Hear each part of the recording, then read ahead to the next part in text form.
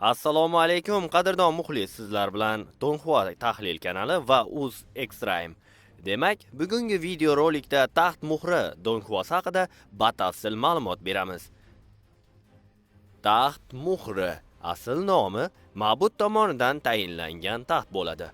Taxt muhri mashhur Xitoy yozuvchisi Tang Ji San Shao tomonidan yozilgan shu nomdagi roman asosida yaratilgan Donghua hisoblanadi.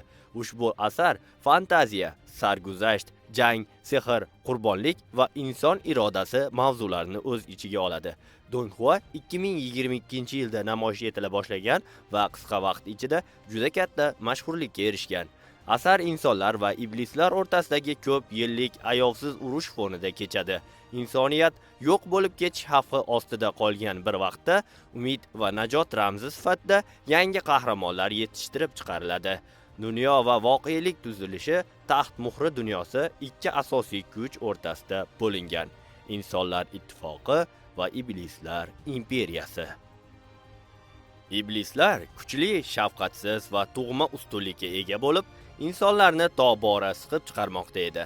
Insonlar esa o'zini himoya qilish uchun 6 buyuk ibodatxona tizimini yaratgandi. 6 buyuk ibodatxona insoniyatning asosiy tayanchi bo'lgan ushbu ibodatxonalar quyidagilardan iborat edi. Ritsarlar ibodatxonasi eng kuchli jangchilarni shu yerdan chiqardi. Sehrgarlar ibodatxonasi kuchli sehr, elementlar va masofaviy hujum ustalari. Assassinlar ibodatxonasi yashirin hujumlar, tezlik, suiqasd san'ati. Ruh chaqiruvchilar ibodatxonasi hayvonlar va ruhlarni chaqirish orqali jang qila oladilar. Ruhoniylar ibodatxonasi shifo va qo'llab-quvvatlash va muqaddas sehrlar markazi.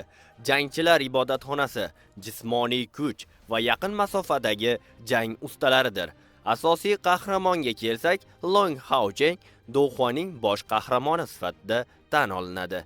Long Haochen u oddiy bola sifatida hikoyani boshlaydi, ammo ichki qalbi nihoyatda sof, adolatparvar va fidoi. Long Haochen xarakteri juda rahmdil, do'stlari uchun jonini berishga tayyor, adolat va umid timsolidir.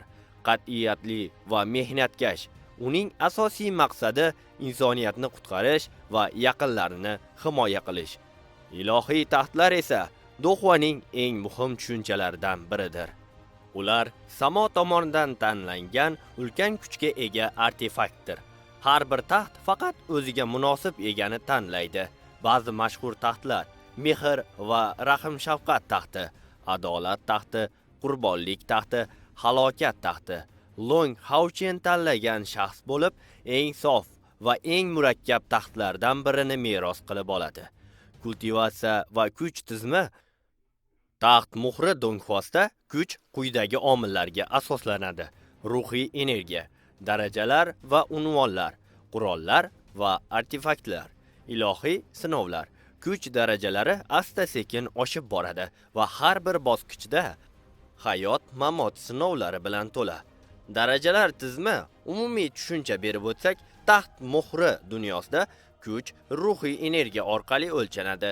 Har bir jangchi yoki sehr o'zining ruhiy energiyasini oshirib, yuqori darajaga ko'tariladi. Darajalar nafaqat kuchni, balki jamiyatdagi maqom va mas'uliyatni ham belgilaydi. Darajalar 1-darajadan 9-darajagacha bo'linadi. 9-daraja inson erisha oladigan eng yuqori cho'qqidir. 1-daraja boshlang'ich daraja. Bu daraja yangi jangchilar uchun. Xususiyatlari: ruhiy energiya juda past, asosiy qurol ishlatishni o'rganish, jang texnikasining boshlanishi. Kimlar bu yerda? Yangi ritsarlar, shogird sehrgarlar, boshlovchi jangchilar. 2-daraja esa tayyorlanish darajasi. Bu bosqichda shaxs o'z tanasini va ruhiyatini moslashtiradi. Xususiyatlari: ruhiy energiya sezilarli oshadi, asosiy sehr va texnikalar oshiriladi, jangda mustaqil harakat qila oladi. 3-darajada esa malakali jangchi hisoblanadi. Endi shaxs haqiqiy jangchi hisoblanadi. Xususiyatlari: kuch barqarorlashadi, jang tajribasi oshadi, kichik guruhlarga rahbarlik qila oladi. 4-daraja elita darajasi. Bu bosqichdan boshlab jangchilar elita hisoblanadi. Xususiyatlari esa kuchli qurollar ishlata oladi. Murakkab sehrlar va texnikalar iblislarga qarshi samarali jang. 5-daraja usta darajasi. Bu darajaga yetganlar kam uchraydi. Xususiyatlari ruhiy energiya juda yuqori, katta janglarda yetakchi rol, o'ziga xos uslubi bor. 6-daraja muqaddas daraja. Bu bosqich inson chegarasidan chiqishning boshlanishidir. Xususiyatlari maxsus muqaddas kuchlar o'z sohasi bo'yicha buyuk usta, past darajadagi iblislarni oson yenga oladi. 7-daraja bu avliyo darajasi. Bu daraja afsonaviy hisoblanadi. Xususiyatlari ilohiy energiya yaqinlashishi, katta hududga ta'sir qiluvchi hujumlar, ibodatxonalar ustuni. 8-daraja yarim ilohiy daraja. Bu insonning imkoniyatini deyarli eng yuqori nuqtasi. Xususiyatlari esa ilohiy qurollar bilan moslashuv, iblislar generallariga teng kuch, taxt sinovlariga kirish imkoniyati. 9-daraja ilohiy daraja. Eng yuqori bu darajada faqat tanlanganlar yetadi. Xususiyatlari ilohiy taxt bilan to'liq uyg'unlik, qoidalarni buzuvchi kuch, taqdirga ta'sir o'tkaza olish.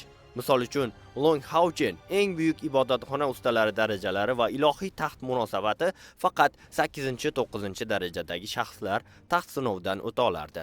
Taxt egasi butun insoniyat ramziga aylanadi. Har bir taxt o'z egasini tanlaydi. Taxt muhridagi darajalar tizimi aniq, mantiqli va rivojlanishga asoslangan.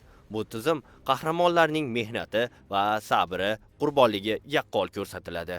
Har bir yuqori daraja bu faqat kuch emas, balki katta mas'uliyatdir. Asosiy mavzular Donghua falsafiydir. Qurbonlik. Haqiqiy kuch o'zini emas, boshqalarni himoya qilishdan kelib chiqadi. Umid.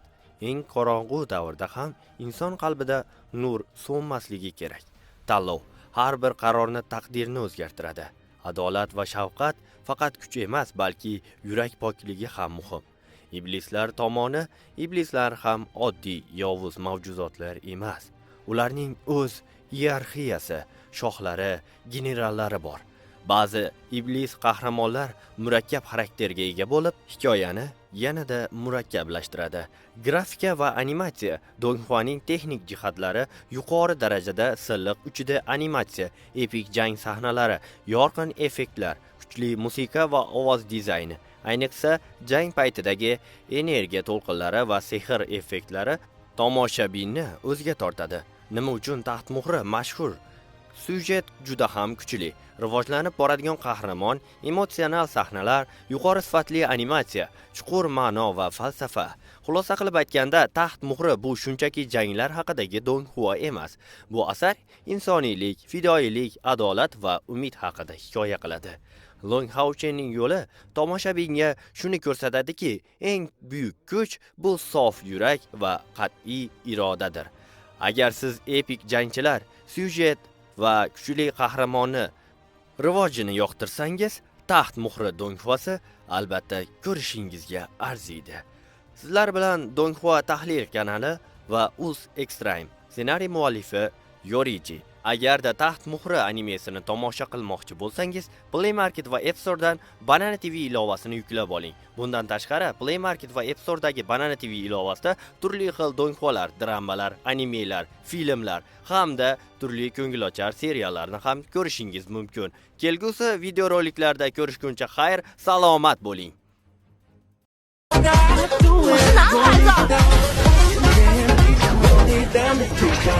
Drop it.